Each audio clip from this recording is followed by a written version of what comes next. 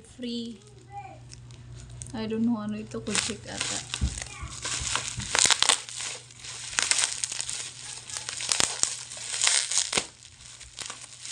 Wow. First can, second can, and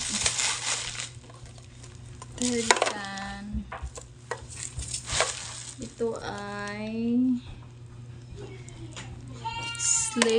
slimming coffee. Payat ko na slimming pa. Nag-sale kasi. It's worth, I think, 1,000 ata. Tapos nag-sale siya ng, I think, 300. Hindi ko lang na-double check. So, to try ko to. Coffee ko ngayon.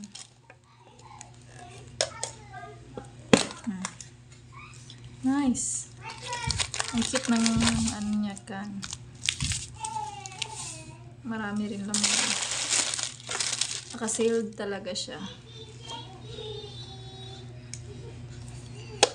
So, try ko to guys.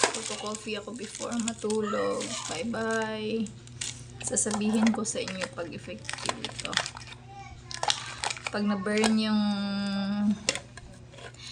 belly fats ko, sasabihin ko if saan ko na-order.